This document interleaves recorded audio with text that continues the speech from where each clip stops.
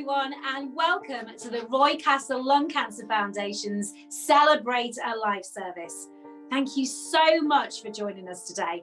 We know things are going to be a little bit different, but we are still here for you. And of course, I wish we could all be together, but I'm just so happy that we can still come together, albeit virtually, to celebrate, support, and remember our loved ones this Christmas.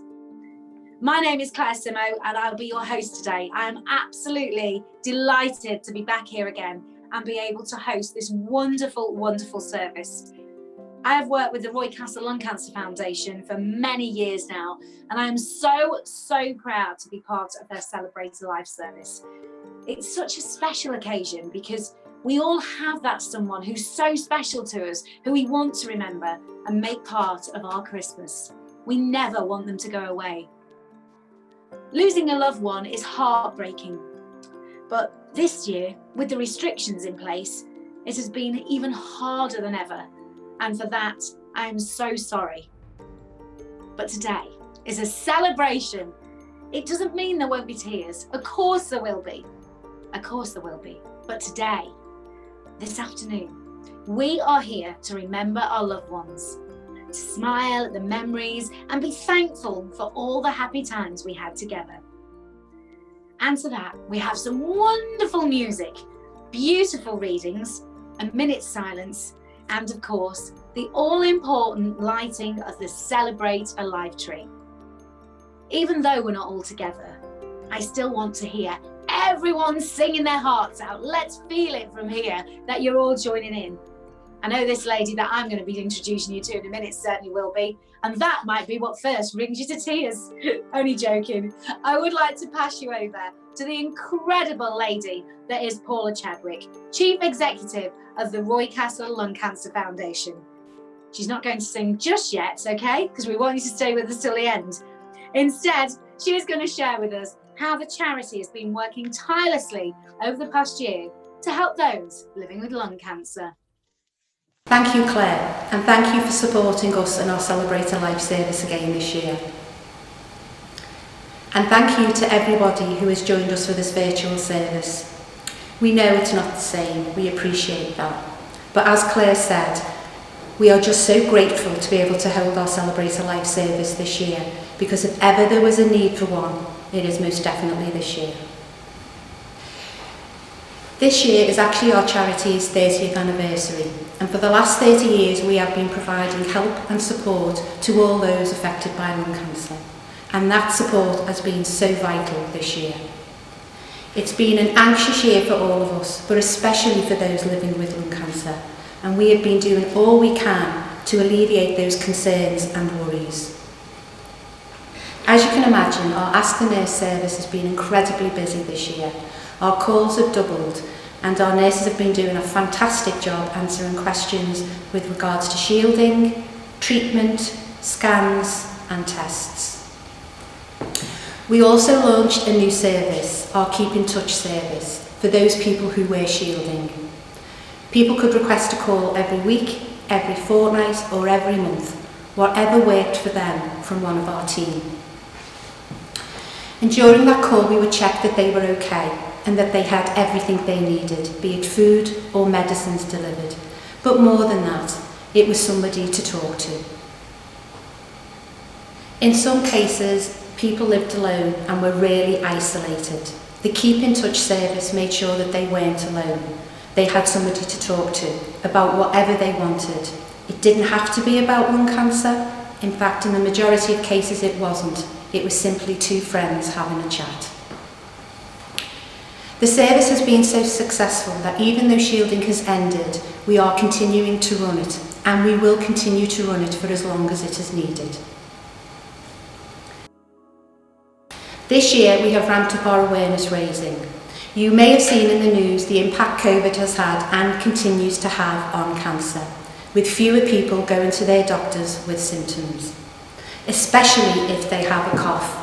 If they have a cough, they are actually doing the exact opposite and staying at home, so people aren't getting diagnosed as soon as they could be. So we launched our Still Here campaign, reminding people that lung cancer is still here, that we, the Roy Castle Lung Cancer Foundation, are still here, The NHS is still here, and that a cough does not necessarily just mean COVID. We wanted to encourage and reassure people that it is safe to go to their GP. We know people are frightened to do so because they're scared of getting COVID, or they just don't want to be a burden. But lung cancer does not care about the pandemic. It won't wait for it to be over. So it is so important for those people who do have symptoms to go to their GP. The NHS is safe and it is open. We know early detection saves lives. And this was the case of Andrew, who took part in the campaign and who we'll hear from later. But we mustn't forget there's also been a lot to celebrate within the world of lung cancer over recent years. The UK is spending more than ever on lung cancer research. There are more life-lengthening treatments for people diagnosed with late-stage lung cancer. Life-saving treatments are getting better and less invasive. And most recently, NHS England launched its Lung Health Check pilot, bringing us an ever step closer to a national lung cancer screening programme. All of this has meant that survival rates are increasing, with 10-year survival doubling. We cannot and we will not allow COVID to undo all this amazing life-saving work and put lung cancer back into the shadows. With your help and support, we will continue to do everything that we can to maintain the momentum that is behind lung cancer. We are resilient. You make us resilient. As the late, great Roy Castle would say, dedication is the name of the game. And the last 30 years we have had a lot of dedication. And we most certainly would not have got through the last 12 months without your dedication and your support. So thank you. I just love how passionate you are, Paula, and how passionate the charity themselves are. It's been such a tough year with so many things going on and the pandemic, but to still be working like this to help defeat lung cancer is just incredible. It is such an important charity, and this year I know you've done everything to ensure that even those with lung cancer have the support they so desperately need in very, very testing circumstances. Supporting people with lung cancer has always been the heart of the charity and of the utmost importance, ever since the wonderful Professor Ray Donnelly founded it in 1990. The charity actually funded the very first lung cancer nurse to make sure patients had somebody to talk to, someone to answer any questions and support them. This support has been absolutely vital this year, more than ever. And the Lung Cancer Information and Support Team, or LCIS as they are affectionately known, has been working tirelessly to make sure that no one goes through lung cancer alone. As well as the fantastic Ask the Nurse and Keep in Touch support services, Paula just talked about them earlier. The team also produces a wide range of free literature, runs an online forum with weekly live chat and provides financial help through their Patients Grant Scheme. I'd like to take a moment to share what these services mean to the people who use them. This, for example, the support we have had has been incredible. I would like to thank you for your contact with David. I know that he very much looked forward to your phone calls and loved to chat. You're doing an amazing job, for which we thank you.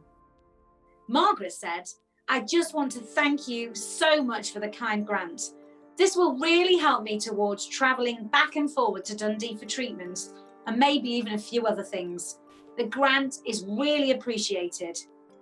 Janet said, thanks for the excellent information you provided. And the booklets were excellent, so clear, informative and well written. I could go on for hours, but now we are going to hear from Lorraine Dallas, who is the Director of Patient Information and Support. She's going to be reading A Life That Matters. Ready or not, someday it will come to an end. There will be no more sunrises, no minutes, hours, days. Your hopes, ambitions, plans and to-do lists will expire. The wins and losses that once seemed so important will fade away. It won't matter where you came from or what side of the tracks you lived on. At the end, whether you were beautiful or brilliant, male, female, the colour of your skin won't matter. So what will matter? How will the value of your days be measured? What will matter is not what you bought, but what you built. Not what you got, but what you gave. What will matter is not your success, but your significance. What will matter is not what you learned, but what you taught. What will matter is every act of integrity, compassion, and courage that enriched, empowered, and encouraged others. What will matter is not your competence, but your character. What will matter is not the many people you knew, but how many will feel you're lost when you're gone. What will matter is not your memories, but memories of those who loved you. Living a life that matters doesn't happen by accident. It's not a matter of circumstance, but of choice. Choose to live a life that matters. Thank you so much, Lorraine. How fantastic was that? It was just lovely to hear. And now it's time for some more music. Please all sing along at home in your armchairs to Holy Night by Claire Howarth and James Greachin.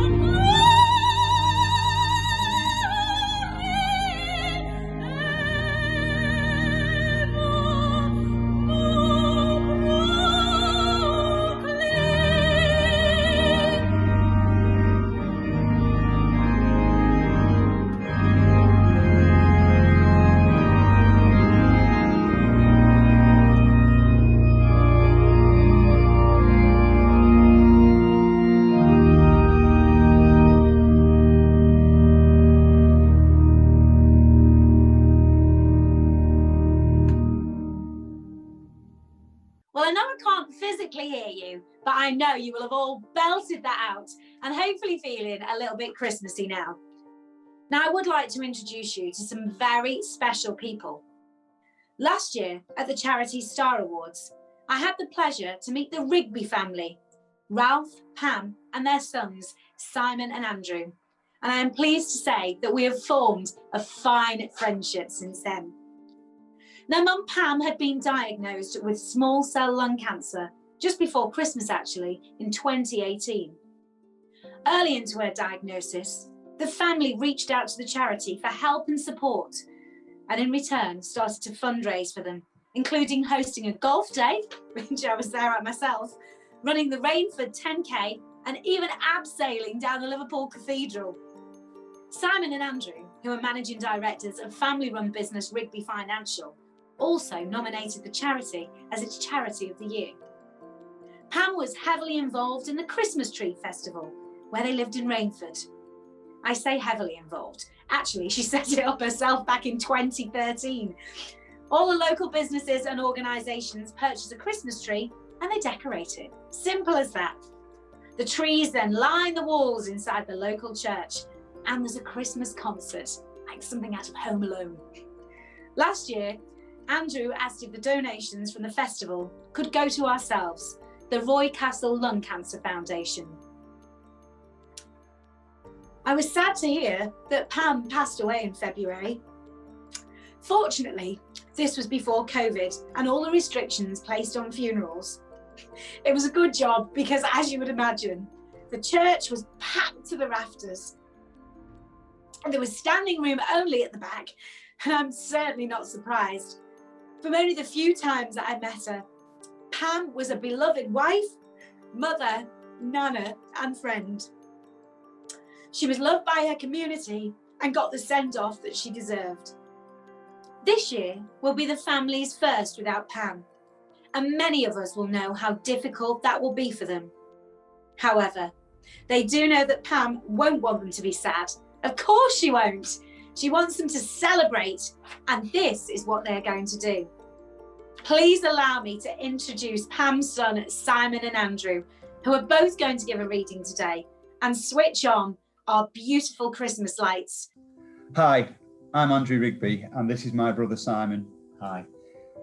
We wanted to be part of Celebrate a Life this year. This is our first year without Mum, and it will be a really difficult time. Mum loved Christmas. It was a huge family time, and it was also part of Mum's Christian faith. And that's why Mum wouldn't want us to be sad this year. She'd want us to be celebrating and remembering all the good times that we had with her. So I'd like to now do this reading. It's called First Christmas in Heaven. Mum, it's hard to believe you are in heaven this year, spending your first Christmas season up there. We can only imagine what it must be like for you to be with Jesus this Christmas night. And oh, for you to hear the angels sing, what a joyous sound their sweet voices must bring. Tell us, Mum, are the Christmas lights of heaven the stars we look up and see? And did God ask you to help him decorate his tree? Do you see all the coloured lights when you look down upon the earth? Do you see all the celebrations going that celebrate Jesus' birth? We want to ask a favour, God, and hope you will oblige. Please whisper in our Mum's ear you're always at her side. And as you look upon her from heaven's Christmas night, be sure to turn your heart light on so she can see that you're all right. Do you know how much we miss you, Mum? Can you help us make it through? For this is our first Christmas. We're all without you too. We love you, Mum. We always will. And that we can assure. You're always in our thoughts and prayers and will be forevermore. Have a heavenly Merry Christmas, Mum. Just before Mum died, Mum gathers us all around and actually said, "Don't be sad." And I'd like to read this next poem, which is entitled, "You Can Shed Tears That She Is Gone." You can shed tears that she is gone, or you can smile because she has lived. You can close your eyes and pray that she will come back, or you can open your eyes and see all that she has left. Your heart can be empty because you can't see her, or you can be full of love that you shared. You can turn your back on tomorrow and live yesterday, or you can be happy for tomorrow because of yesterday. You can remember her and only that she is gone, or you can cherish her memory and let it live on. You can cry and close your mind, be empty and turn your back, or you can do what she would want, smile, open your eyes, love, and go on. So this is the part that Mum would have really loved. So now for us to switch on the Christmas lights and the big moment. So let's have a big countdown. 5, 4, 3, 2, 1. Let's take a moment to reflect with a minute's silence.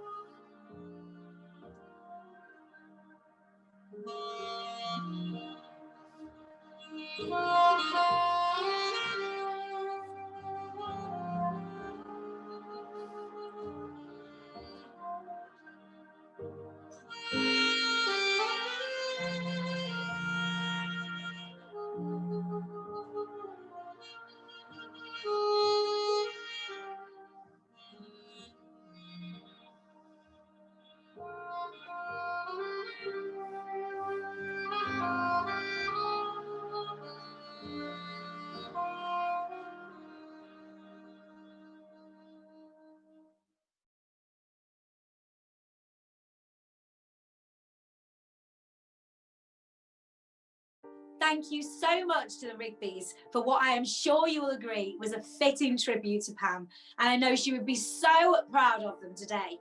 And also, of course, thank you to Andrew for breaking the minute's silence with that beautiful saxophone solo.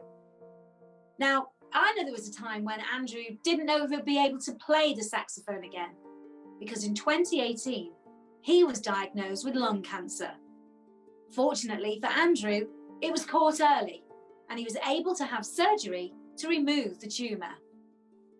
Music has always been a huge part of Andrew's life.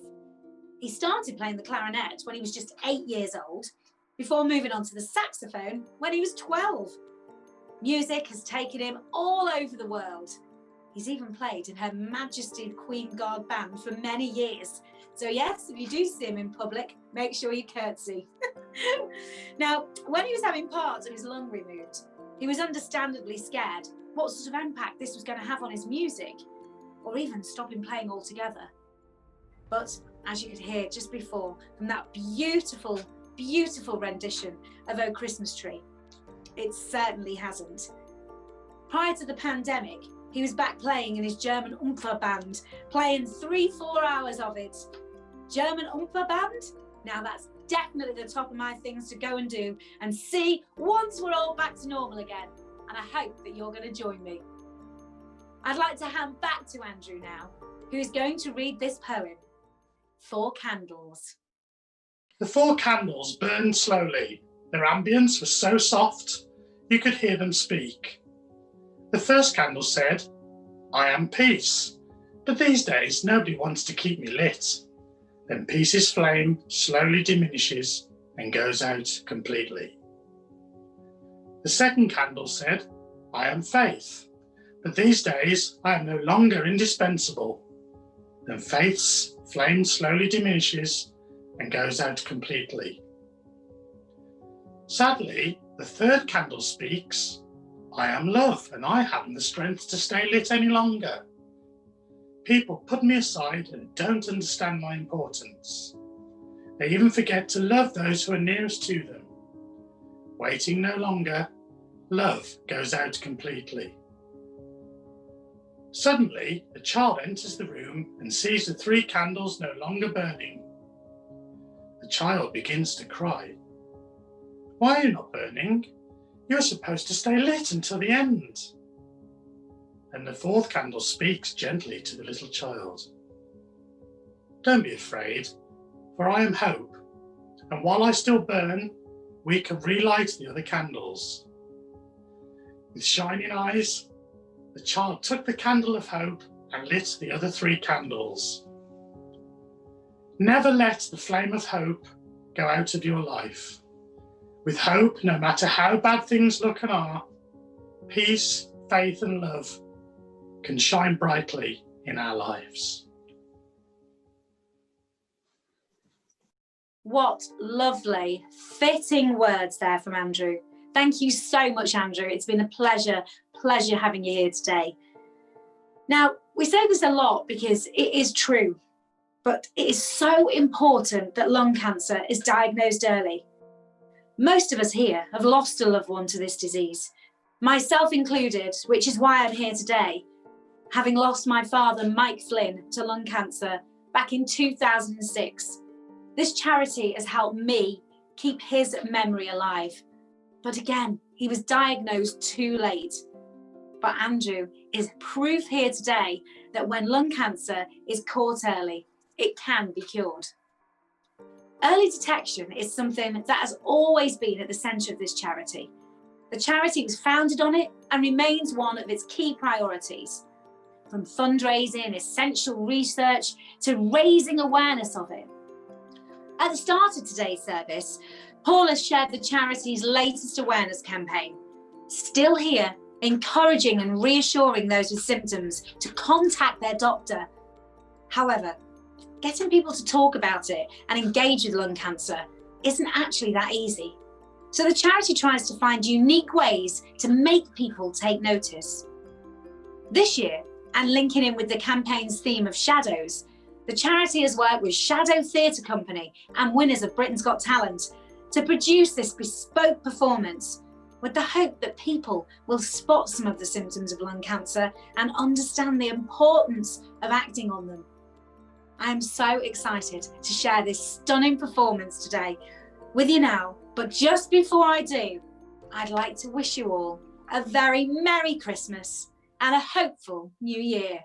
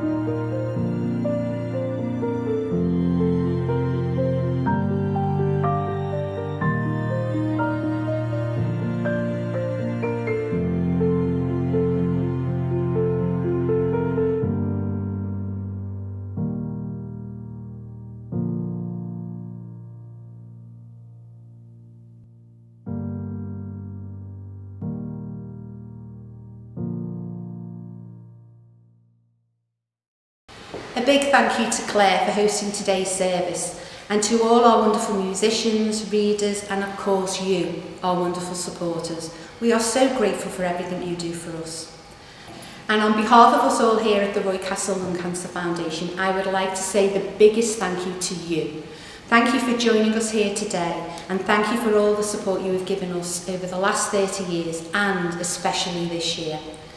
I know I speak for the whole team when I say this, that we are really disappointed that we can't see you in person today. We love nothing more than having a cup of tea and a mince pie with you while you have a look around all our stalls. But rest assured, I'll be putting the kettle on when I've finished here, and I will most definitely be thinking of you all. It's been a tough year, but we will get through this together. So please look after yourselves, look after each other, and let's hope for a brighter 2021. Thank you, Paula. You know, you're absolutely right. Being a regular in the service crowd, it's clear to see how much your team love to mingle, and fingers crossed, this time next year, we're going to be able to do it again properly and all be here with the tree, with one another, celebrating our loved ones' lives. Now, this draws our service to a close. But before we go, we're going to give you some more time with the tree to see the wonderful lights and personalised messages with music by Chloe Ellen Jones. Have a very Merry Christmas.